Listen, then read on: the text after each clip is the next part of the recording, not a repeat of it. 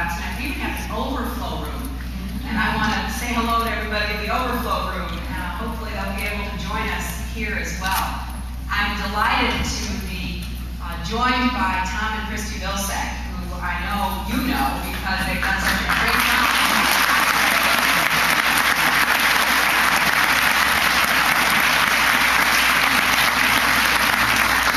Tom and Christy have been personal friends of mine. We've campaigned together, supported him. He has certainly been a great friend to support me. You want to put that out of the way? I feel like, you okay, man? I think that the bonds of friendship that we developed over the years are very important. And so I was deeply honored when Tom and Christy joined my campaign. Tom is one of my national co-chairs, and Christy as one of my leaders here in the state. I'm also excited to be in this new building. I mean, this is absolutely beautiful, and I really want to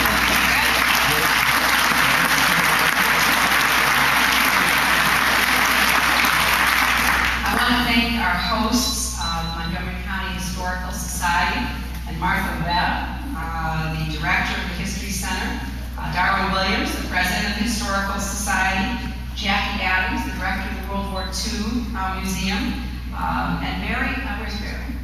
Barry, who is Mary Logan, who's our Montgomery County chair, and I know we've got people from other counties as well. For a while, we thought we were going to have to come by boat today, but it all worked out, and we were able to make a very circuitous detour route to make it here. But I'm so pleased that you could spend a few minutes with me tonight. I love being in a historical society, and particularly I know how significant Red Oak in this area was in our nation's history. I know very well the sacrifice and the commitment that the children of this community made for our country, particularly during World War II. And I wish that I was here a little earlier and perhaps not on a Sunday night, because I would love to not only get a full tour here and see more of the town, but also to go to that World War II museum as well. You know, there's a great deal that we have to learn from our history, or as it has been said, we are condemned to repeat it. And I believe strongly that we have such a rich and glorious history of accomplishment and achievement in our country.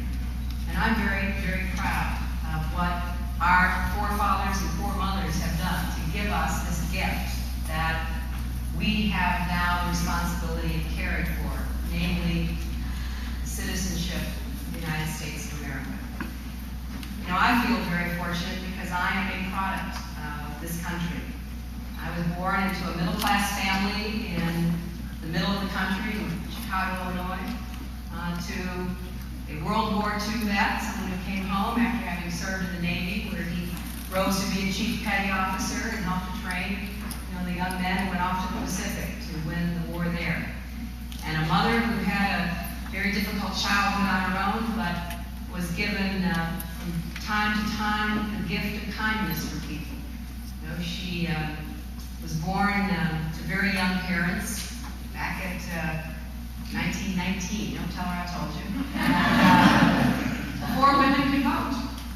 And that young couple didn't stay together and actually got divorced in the 1920s, which wasn't all that common.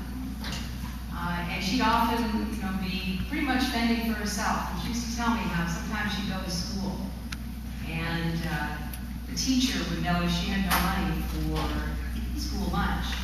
The teacher would say, I just happen to have an extra glass of milk up here. And I don't think I want this happening. I think there's somebody else who does. So along the way, people were kind to her. And she never forgot that. So although she never had a chance to go to college, she believed in education. And she believed it was important that not only her daughter and her sons, but also be given that opportunity. So from my parents, I learned hard work and individual responsibility and self-reliance. And I feel very fortunate that I had a family that backed me up, that was there for me. But I also had a community. A community of schools, great public schools, with teachers and coaches who helped me along the way. A church that I was active in, with youth ministers and lay leaders, people who helped us, our neighbors and others. So I never doubted proud that I was part of what I had written about, using an old African proverb, it takes a village to raise a child. I was the recipient of that.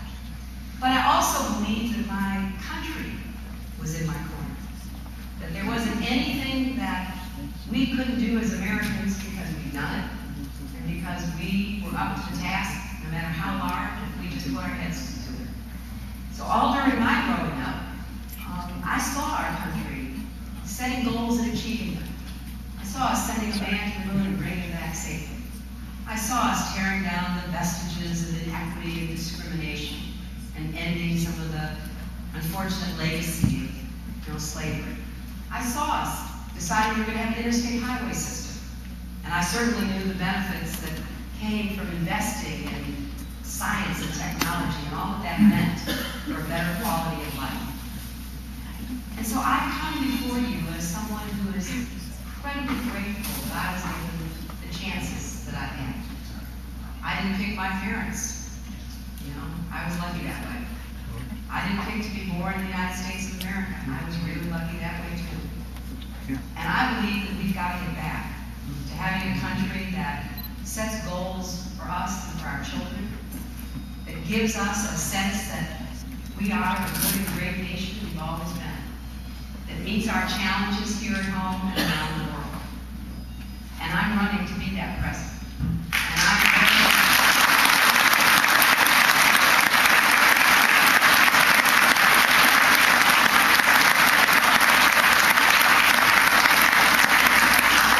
I'm very aware of how hard the job is. I probably know that better than anyone, having seen it up close and personal for 8 years. It's the hardest job in the world, we know that, and it gets harder as time goes by. But I don't know that it's been any harder than it's going to be for the next president in recent years, because we've dug ourselves into some deep holes. We're going to have to really work hard together, repair the damage, and to set out some goals as to what we can achieve again in our country. There's a lot of work to be done, and I know Americans aren't afraid of hard work. That's who we are as a people. We work harder than anybody in the world. That's what it means when they say that our productivity is up. That means people are working harder and harder. But hard-working middle-class families don't feel like they're getting ahead. One of the things that I find as I travel around Iowa and other places in the country are people who say to me, but I just don't think my government cares about me anymore. I don't think they know whether I'm alive or dead. I don't think they even see me.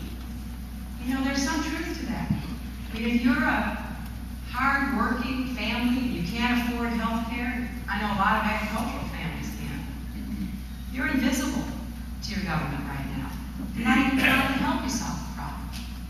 If you're a teacher struggling with the mandates of No Child Left Behind, trying to reach those children that are your trust to try to teach, and all you get is just more mandates and less resources from Washington, you're invisible too.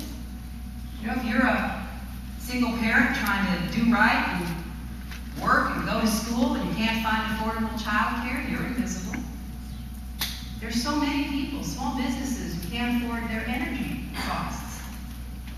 People who just feel like somehow their government is not working for them anymore. And I never thought we'd see the day when you've gone off to serve our country, as so many from Red Oak did, and the surrounding area.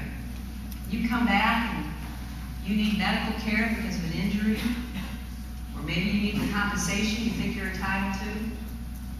Well, you're invisible too these days. So I know we can do better.